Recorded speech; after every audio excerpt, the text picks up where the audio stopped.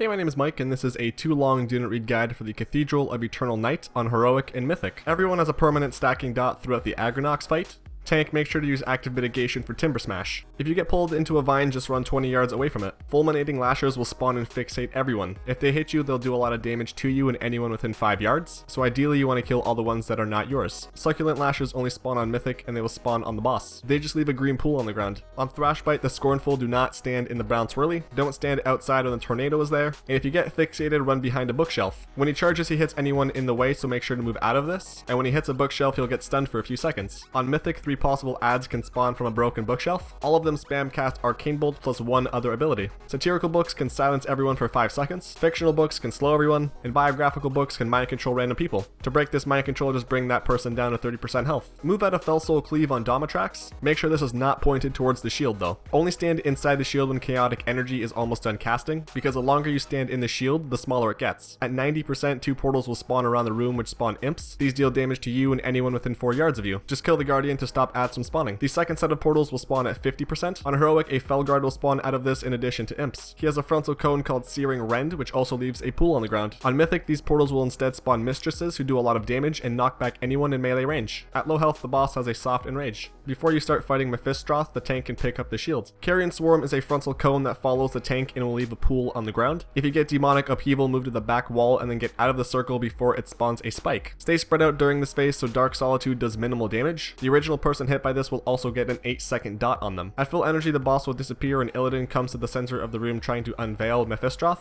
Clones will spawn around the room, so DPS just kill them. These clones shoot a purple orb at Illidan, which makes his finding the boss take longer. All the tank has to do is stand on Illidan, use the extra action button that you got from picking up the shield, and absorb all of the orbs by just turning your character. There's a permanent stacking dot in this phase, so make sure as few orbs hit Illidan as possible. On Mythic, make sure to also avoid the green swirlies. That was a too long do not read guide for the Cathedral of Eternal Night. If you have any questions, feel free to let me know down below in the comments. Thanks for watching, have an epic day!